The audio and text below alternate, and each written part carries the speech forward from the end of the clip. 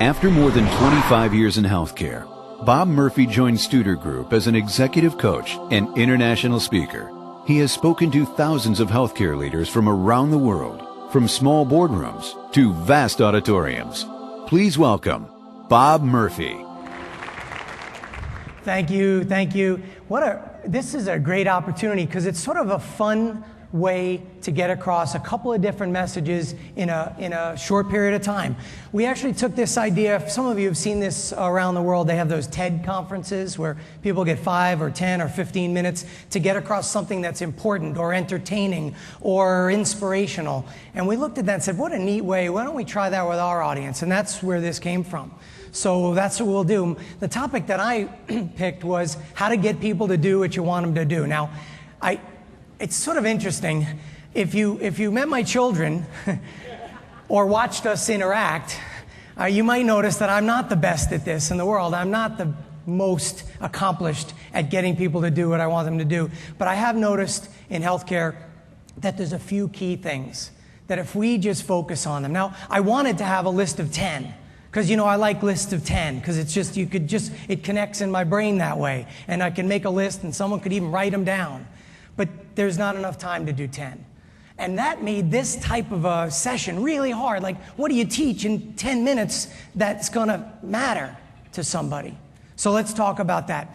I believe if you want to get people to do what you want them to do, and research shows this, find the few key critical behaviors that really drive results. And, we've been doing this for a long time in healthcare. We used to, probably still do, call it benchmarking. When you pack up your stuff and you go on a trip and you go to another city and you visit them in another organization and you see how they're doing it, and 50% of the people who go come away with all new things they could do because the other place does stuff differently. The other half of the group comes up with all the reasons why we can't do it because we're unique, different, our patients are sicker, et cetera, et cetera. But this really works.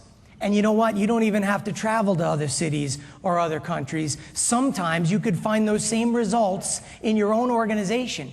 When you find those results in your own organization, spend real time watching the leaders and the staff in that area to figure out what they're doing differently, because it won't be many things. Here's a story.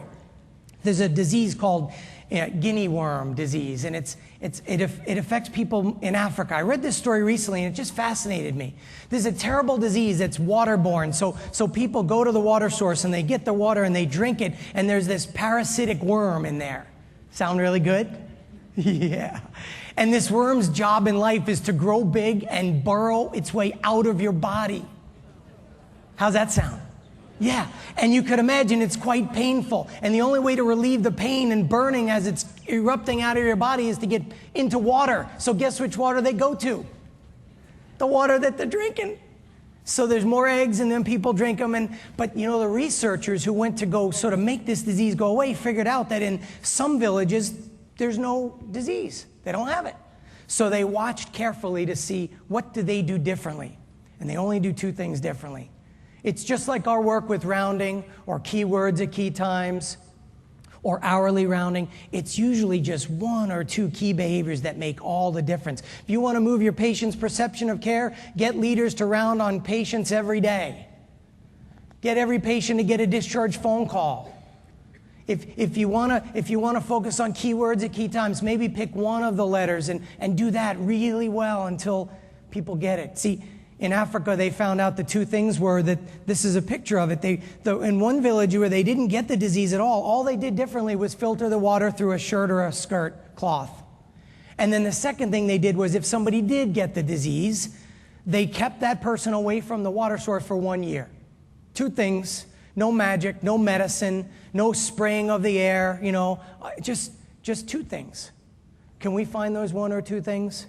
They probably occur in your organization right now in another unit that's getting better results. Find out who's getting better results, find out what they're doing differently, and do that consistently. But sometimes, that is not one of my children. I mentioned my children earlier. This is not one of them. Although that might have been me. Watch the baby. Okay, honey. You can imagine this was not done by a woman. But you know, sometimes people mess up because they don't know what right looks like. Maybe we've just got to be really good when we find those one or two things to show them what it looks like when it's right. And we at Student Group for the last year in particular have spent a lot of time and energy on skills labs and practicing before we get in public. And then once we get in public, just watching to make sure that we really know how to do the skill. Because it's one thing to come to a session like this and learn about a tactic, and then have to go back and try it. But until you've seen it done right, some people just don't get it. So I'm not sure if we spend enough time on that, watching and teaching what right looks like. And then, well, we've got this issue. We've been talking about this for a year now. I actually was able to introduce this a year ago at What's Right in Healthcare, using the right words. Sometimes when we say we really mean it, people don't know we really mean it. To get people to change their behavior, we say things like mandatory, required, and expected like they're interchangeable, and they're not interchangeable, as we know. In fact, our research now with over 10,000 participants across the United States and Canada have shown that when you say the word mandatory, the person who hears that, 98% of them think that means they must do the behavior. If you say the word required, only 67% think they must do the behavior. That scares me, because I've been using required for a long time.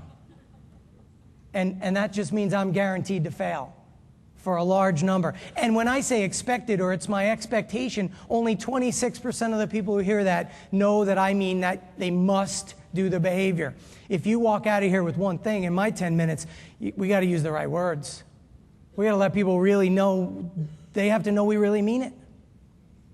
And finally, if I were going to drill down all of the various ways to get people to do what you want them to do, I think probably the most important one in my book is connect to their why. Why am I here? This is a picture of my children. If you've seen me speak, you've probably seen my pictures of my children. You've heard the story. They're why I do this. I want healthcare to be a better place everywhere, because someday my children or their children are going to be in your hospital someday. And I want them to get the absolute best care they could get. But here's a story about connecting to the why. I have a good friend, her name is Pat Sample, and she wasn't sure about this whole discharge phone call process. In fact, she didn't want to do it. Her boss came to one of these conferences, and she thought he drank some Kool-Aid or something. Got a little wound up, said she was stutterized or something. It's dumb. We showed some evidence that said if you call people after they go home, they get better care. They have less problems. They understand their medications better. They don't come back and get readmitted. And the boss came back and said, do that. And she didn't want to do it. Finally, he said, I really mean it. You got to do it. If you don't do it, I got to let you go. You can't work here anymore. That's how bad it got. Pat made her first call. She called a man at home who'd left her hospital. She was a nurse manager of a cardiac unit, and the man left her unit the day before on a Sunday.